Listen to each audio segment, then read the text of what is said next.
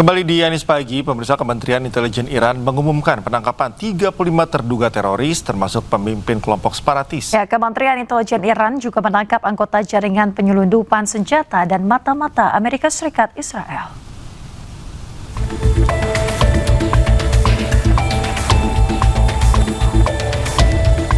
Dilakukan di 6 provinsi di Iran, Kementerian Intelijen Iran menggagalkan serangan yang direncanakan dan juga mengganggu jaringan yang dinilai berafiliasi dengan musuh.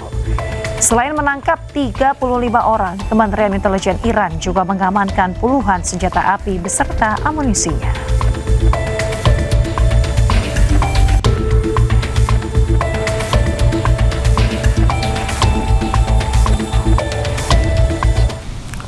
Setelah sempat blokade total kapal-kapal dari Selat Hormuz, Amerika Serikat akhirnya membuka blokadenya.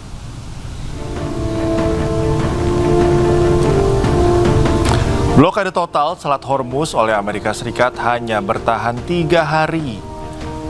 Selat Hormuz kembali dibuka kemarin. Kapal-kapal pun diizinkan untuk masuk dan keluar dari pelabuhan Iran. Pembukaan blokade disampaikan oleh Presiden Amerika Serikat Donald Trump melalui akun media sosialnya.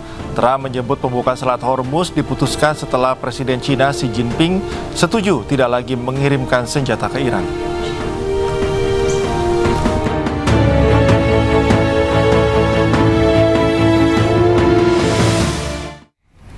Pemirsa, meski Amerika sudah mengumumkan telah membuka blokade di Selat Hormuz, Amerika diduga kecolongan saat sebuah kapal tanker milik Cina berhasil melintasi Selat Hormuz.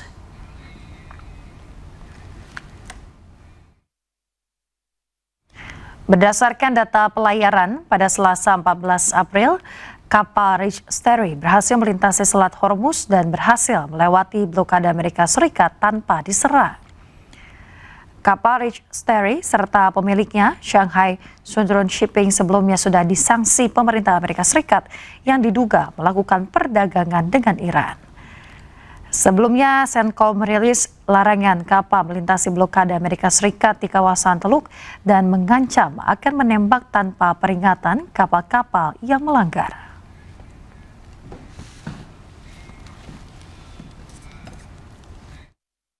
Setelah mengumumkan membuka Selat Hormuz, Amerika Serikat mengeluarkan video yang menegaskan blokade tetap berlanjut.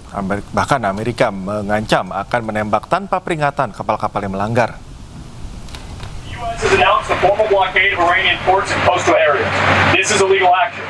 All vessels are advised to immediately return to port if leaving and discontinue transit to Iran if that is your next port of call. Do not attempt to breach the blockade. Vessels will be boarded for interdiction and seizure transiting to or from an Iranian port. Turn around and prepare to be boarded. If you do not comply with this blockade, we will use force. Ya, pemirsa, usai negosiasi gagal, Iran temui Pakistan. Bicara negosiasi baru untuk Amerika Serikat. Sejak pembicaraan awal berakhir tanpa kesepakatan pada minggu lalu, Iran terus bertukar pesan dengan Amerika Serikat melalui Pakistan dan kedua pihak belum menyetujui putaran selanjutnya.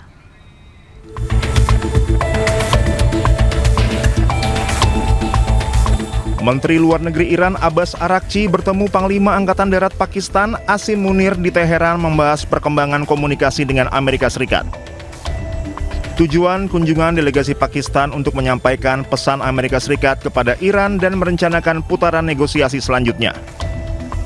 Iran terus bertukar pesan dengan Amerika Serikat melalui Pakistan sejak pembicaraan awal berakhir tanpa kesepakatan pada minggu lalu dan kedua pihak belum menyetujui putaran selanjutnya. Kedatangan pejabat militer tertinggi Pakistan ini menunjukkan peran Pakistan sebagai mediator kunci antara Amerika Serikat dan Iran. Upaya diplomatik ini dilakukan saat gencatan senjata 2 pekan. Ya, pemirsa, Israel kembali melancarkan serangan udara mematikan di Taipei, Lebanon Selatan.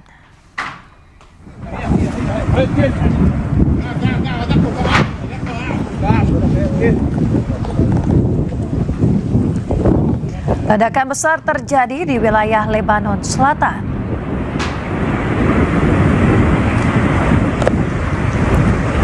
Serangan udara Israel yang bertubi-tubi membuat suasana kian mencekam.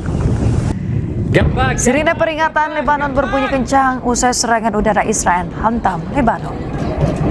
Ya bro. Asap membumbung tinggi dari lokasi ledakan yang menjadi target pasukan Zionis Israel.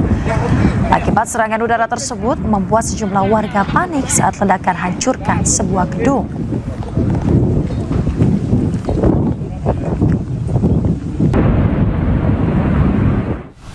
Serangan brutal Israel di Lebanon berlanjut dan menewaskan 2 warga sipil. Serangan Israel menargetkan sebuah mobil dan sepeda motor di Jalan Raya Jiyeh, Lebanon. يا الله فان استهد فين فان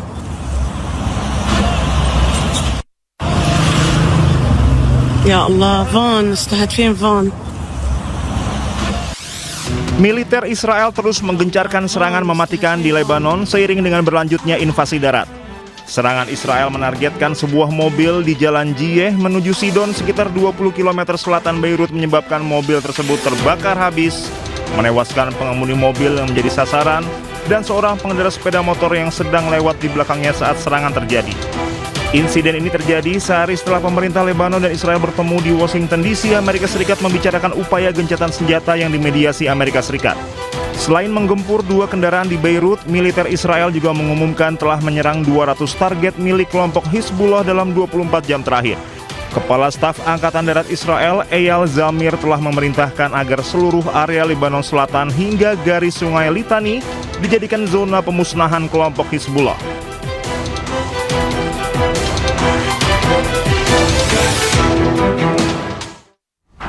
Pemirsa, serangan Israel terhadap fasilitas kesehatan di Lebanon kian gencar. Israel beralasan menyerang pemuda Hizbullah, namun dampaknya terasa hingga ke rumah sakit Temnin.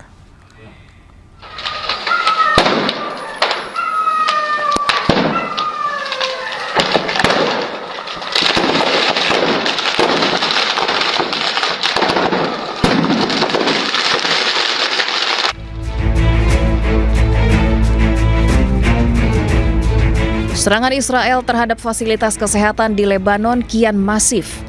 Rumah sakit Temnin hancur berantakan usai terkena serangan udara Israel. Sejumlah kendaraan di sekitar rumah sakit juga terlihat hancur.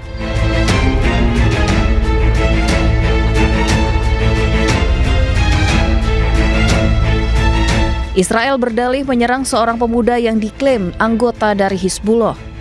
Namun dampaknya terasa hingga rumah sakit Temnin. Alat-alat medis di dalam rumah sakit yang diketahui milik pemerintah Lebanon ini hancur akibat serangan Israel.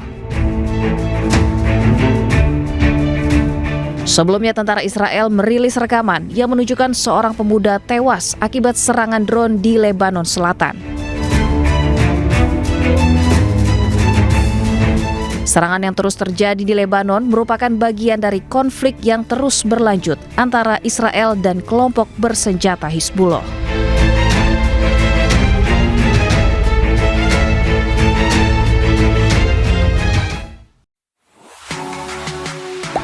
Gak sempat baca? Dengerin aja. Klik icon text to speech, gak pakai ribet di okezone.com.